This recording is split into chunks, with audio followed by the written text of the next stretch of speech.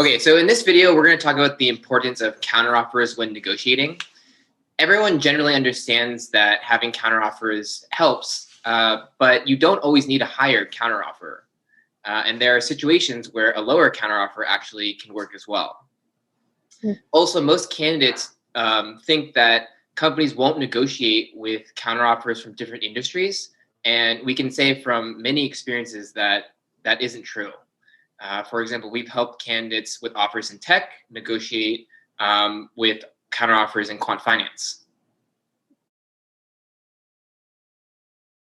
Overall, the key misconception that I see candidates have is on how to use counteroffers, right? So to negotiate. So the simple heuristic is, okay, I'm going to share this higher counteroffer with the company that I want to join that give me a lower counteroffer, right? And that is not the most effective way. Even if you have counteroffers, we recommend you don't share them at first. It's a common intuition, but actually what is more effective is to first just state your ask. Say, this is the kind of numbers that I would sign. These are the numbers that I would be very excited by, right? And base those numbers off of what you really want and what is your best understanding of the market. So you may ask, what is my best understanding of the market? You can use peer data, right? What you know that your peers or others who negotiated in this role got, and that can inform your understanding as well. And basically the message is only use counteroffers as plan B, right? When you really don't have a choice and the recruiters are saying, I can't do anything for you unless, I have more data points, and they are just not budget. That's when okay, if you have a high counteroffer, of course, use that. And how we came to this conclusion is that we have helped a lot of candidates negotiate without counteroffers. And we've also helped a lot of candidates negotiate when their counteroffer was lower. And again, that was based on making sure you are clear about your ask and what are the numbers that would be exciting for you, and see what the company is willing to pay.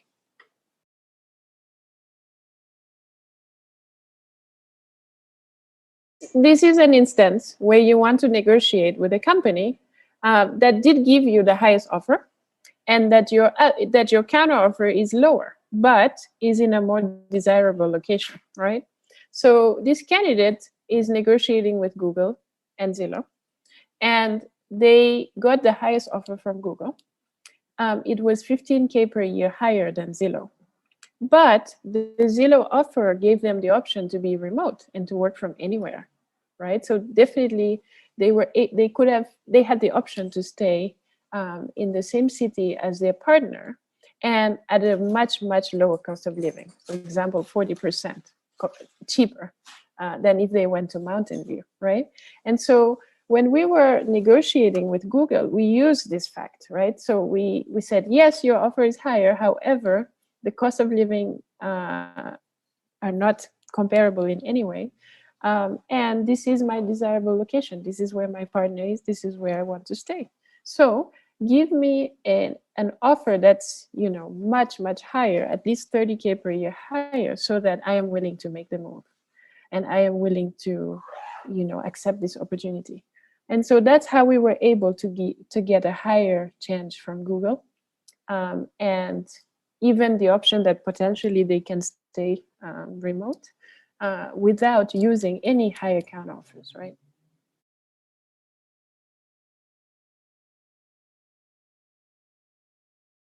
So this story is kind of crazy. It is a situation where you have two offers. One is in industry, in this case, Microsoft, and the other one is from a national lab that's still associated with academia research. And so this candidate had these two options, and the Microsoft offer was 100K per year higher than the national lab offer, right? So that's how it started. And so of course they thought there's no way they can negotiate. Now what happened?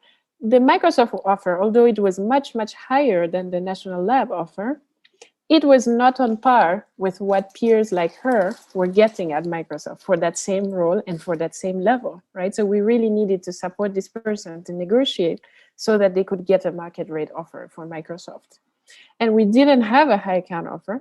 What we used was the fact that this is academia. She would have a lot of space for research, a lot of freedom, a much more relaxed environment, so many days off, and a great mentor in the academia world. And that was really hard for her to, walk away from. And so we gave that argument to Microsoft. We did not talk about the numbers. We did not say what the national lab numbers were. And that was enough pressure, along with the deadline from this offer, that they really reacted, and they increased their offer by nearly 40K per year, right? So now the offer was on par with the market. So it's possible to do it, and it's very very good when you actually have a situation where you're torn between academia and industry. You can use that to your advantage.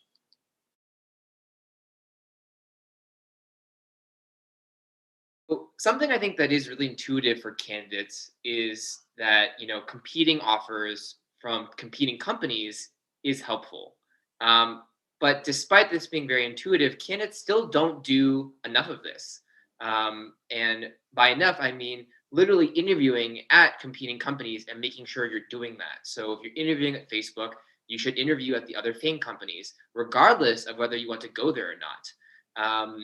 When you're interviewing at startups, it's the same principle. Make sure to interview at the competitors. This is helpful not only for negotiating, but it's just simply smart career decision making, right?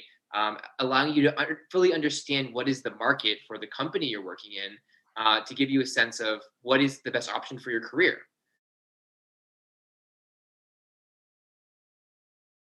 So now I want to bring up an example of how having a competing offer was very critical to this client actually encountering a situation where she was given an offer for a level that was lower than what she should have been.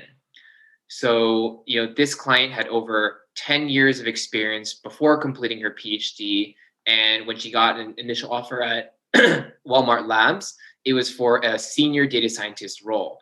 But after speaking to other senior data scientists, it was very clear that she should be at the staff data scientist level. And when initially trying to negotiate the increased level, there was a lot of pushback from the company. And it was ultimately only because of a counteroffer from a company that the company relented and gave her that level increase. And this was huge for her because the level increase obviously, saves her time in her career, increases her compensation in all aspects, and then we were able to negotiate it further. And sometimes when candidates recruit, they get different level offers at different companies, right? And so the best way to justify a higher level is to have a counteroffer that is at a higher level.